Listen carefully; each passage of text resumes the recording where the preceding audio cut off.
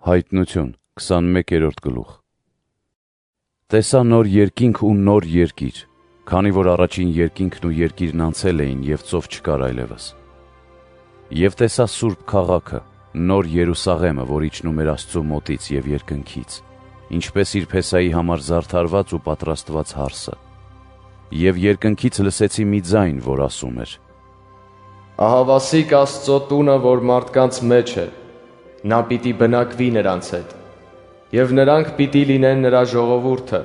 և նա նրանց Աստվածը, և նրանց աչքերից պիտի սրբի ամեն արտասուք, այլևս մահ չպիտի լինի, ոչ սուգ, ոչ աղաղակ, ոչ ցավ և ոչ չարչարանք չպիտի լինեն, քանի որ նախկինն անցավ։ Եվ գահի վրա նստողն ինձ ասաց. ահավասիկ ամեն բան նոր եմ դարձնում։ Եվ ավելացրեց. գրիր, այս խոսքերը ճշմարիտ և վստահելի են։ Դարձյալ ինձ ասաց. եղավ, ես ալֆան և օմեգան եմ, սկիզբը և վախճանը, և ծարավացներին ձրի պիտի տամ կյանքի ջրի աղբյուրից։ Հաղթողները պիտի ժառանգեն այս ամենը, և ես նրանց համար Աստված պիտի լինեմ, նրանք էլ ինձ համար որդիներ։ Իսկ ծույլերի ու անհավատների, ոճրագործների և պոռնիկների, կախարդների ու կռապաշտների, հմայողների և բոլոր ստախոս ամբարիշտների բաժինը ծծմբով ու հրով այրվող լճի մեջ է, որ երկրորդ մահն է։ Եվ եկավ մեկն այն 7 հրեշտակներից, որոնք ունեին 7 գավաթներ, լցված 7 վերջին պատուհասներով։ Նա խոսեց ինձ հետ ու ասաց. Եկ, քեզ պիտի ցույց տամ հարսին, գառան կնոջը։ Եվ հոգին եկավ ինձ վրա ու տարավ դեպի մի բարձր ու մեծ լեռ, և ցույց տվեց ինձ մեծ ու սուրբ քաղաքը, Երուսաղեմը, որ իջնում էր երկնքից Աստծու մոտից։ Այն ուներ Աստծու փառքը, և նրա մեջ կար մի լուսավորություն, նման թանկարժեք քարերի, ինչպես բյուրեղյա ու կենդանի հասպիս քարը։ Նրա պարիսպը մեծ էր ու բարձր, ուներ 12 դուռ, վրան 12 հրեշտակներ, որոնցից յուրաքանչյուրի անունը գրված էր դռների վրա, ըստ Իսրայելի 12 ցեղերի անունների։ Արևելյան կողմից 3 դուռ, հյուսիսայինից 3 դուռ,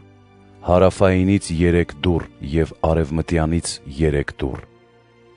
Քաղաքի պարիսպն ուներ 12 հիմնաքարեր, նրանց վրա գառան 12 առաքյալների անունները։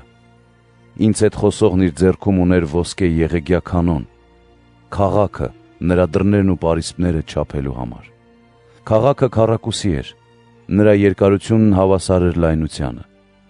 Եվ նա չափեց նրա երկարությունը 12,000 ասպարեզ, նույն չափն ունեին նաև նրա լայնությունն ու բարձրությունը։ Չափեց նաև նրա պարիսպը, որի բարձրությունը 144 կանգուն էր,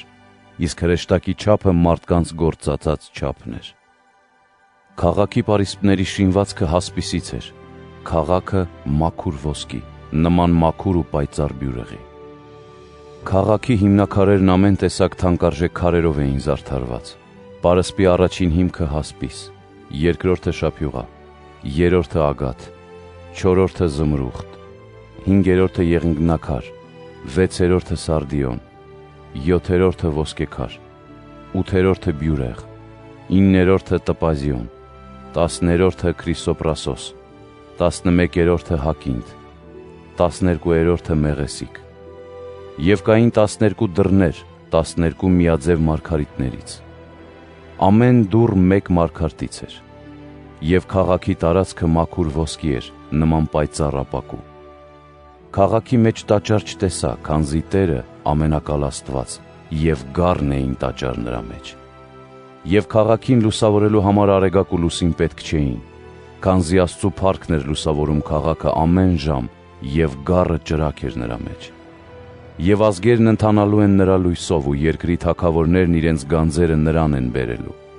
Նրա դռները չեն փակվի, այլ միշտ բաց կմնան, որովհետև գիշեր չի լինի նրա մեջ։ Եվ ազգերը փառք ու պատիվ կտան նրան։ Եվ այնտեղ մտած չի լինի ոչ մի չարակամ, պիղծ և ստախոս մարդ, այլ պիտի մտնեն միայն նրանք, որոնց անունները գրված կլինեն գառան կյանքի գրքում։